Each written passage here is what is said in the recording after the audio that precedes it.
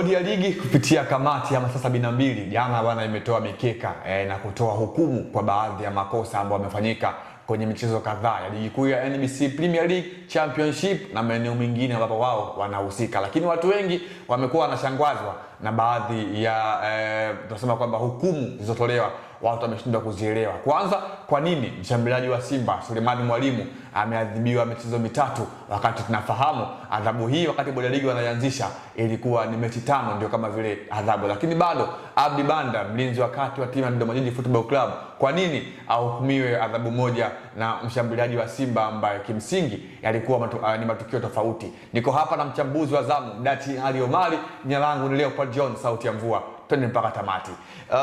Mdachi, tumeona masaa 72 wakitoa hukumu, lakini watu hawaelewi. Tuanzie hapo kwa Suleiman Mwalimu. Alifanya kitendo ambacho hakikuwa cha kiungwana, kumpiga kiwiko alikuwa ni mkiungo wa Dodoma Jiji, lakini adhabu imetoka mechi 3 wakati tulikuwa tunafahamu inabidi iwe michezo 5 kama adhabu, kwa maana tumeshuhudia kuna baadhi ambao tayari wameshahukumiwa kwenye hicho kikombe. Soa wa Simba alifungiwa mechi 5, Kante alifungiwa mechi 5, Ibrahim Baka wa Young Africans alifungiwa mechi 5. Yaani watu wengi wanataka kufahamu kanuni gani ambayo imetumika kwa Suleiman Mwalimu kuweza kufungiwa mechi 3 na sio 5 moja kwa moja. Kwa bodi ya ligi, namna ambavyo wametoa adhabu kwa Suleiman Mwalimu na namna ambavyo wameandika pale, kifungu kilichotumika kwa namna ambao wao wamezungumza ni kwamba ni kifungu cha 41 sheria ndogo ya kanuni ya 5 ambao wameitumia katika kumwadhibu Suleiman Mwalimu. Lakini makosa na kile ambacho kimetokea, watu wanahoji kwa nini sasa Suleiman Mwalimu apewe mechi 3 na huku wengine tayari washapigwa rungu la mechi 5. Mzungumza Hassan Maodo Kante ambaye yeye alipigwa mechi 5, lakini Ibrahim Mohamed Baka pia alipigwa mechi 5. Hii sijajua imekaaje kwa upande wa bodi ya ligi ambao wao kuna namna ambavyo pia hata katika adhabu hii ambayo wameitoa bado ulikuwa na ucheleweshaji. Suleiman Mwalimu inawezekana kutakiwa kucheza kabisa mechi ya dabi ambayo ilikuwa inafuata. Unaona nini? Adhabu yake ilikuwa inajulikana kulingana na kile ambacho amekifanya.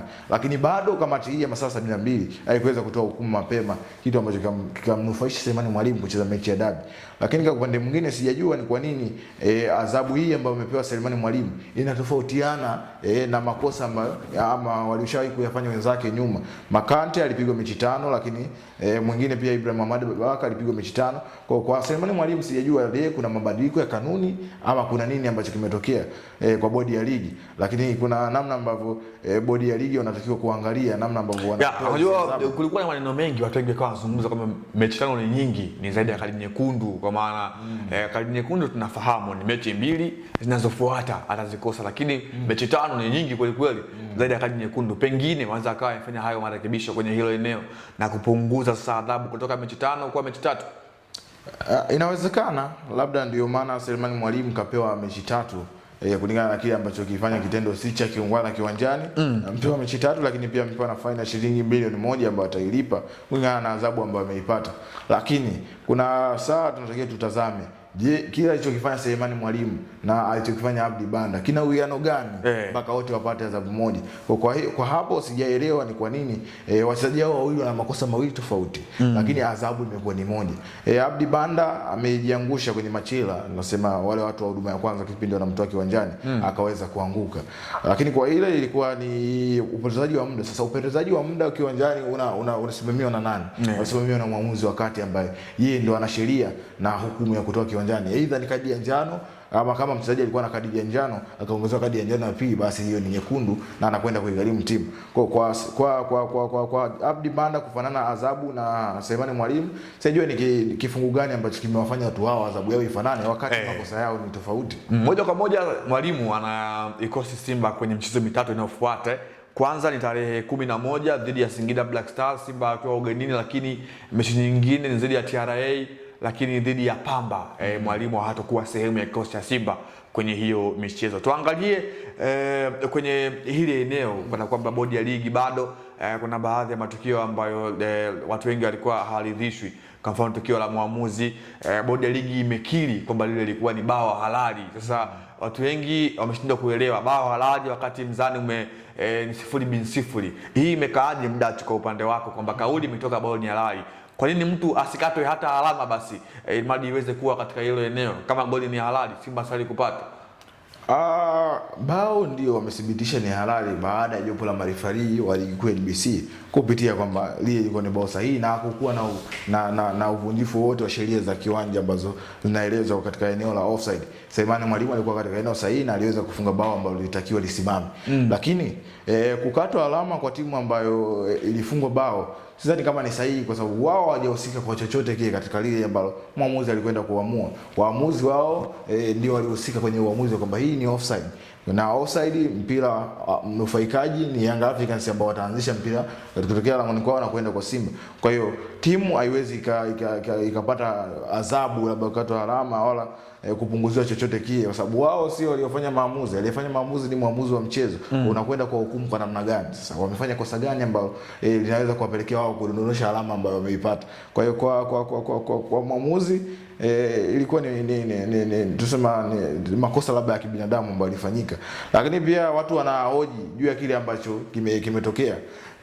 Timu ama mechi ilisimamiwa na jopo la waamuzi wanne, akiwemo force official, line 1 na line 2 pamoja na mwamuzi wa kati.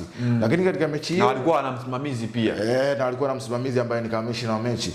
Lakini katika mechi ile waliopata adhabu ni vibendera ama line 1 na line 2 ambao wao ndio wamepata adhabu kulingana na makosa ambayo yalitokea. Mwinchui kabaki salama. Nasoro Mwinchui ni kipi ambacho kimemfanya yeye asalie? Wakati ambao wale walikuwa wakifanya kazi hiyo kiwanjani walikuwa wakimsaidia Nasoro Mwinchui, na yeye ndo alikuwa mtu wa mwisho kudhibitisha kwamba yes, kulingana na mujibu huu. Kwenye ile tukio la goli Mwinchui aliita kati? Hapana.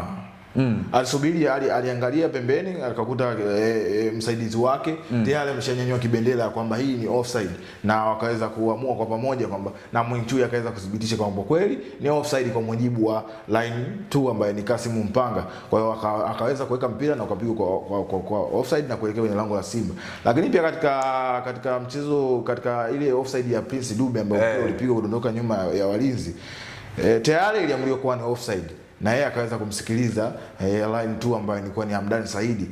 Wote wameweza kupata adhabu. Hamdan Saidi amepigwa miezi mitatu akiwekwa nje, lakini pia huyu Kasimu Mpanga amepigwa mechi 6 baada ya kuweza kukataa goli la Simba kwamba si goli, ni offside.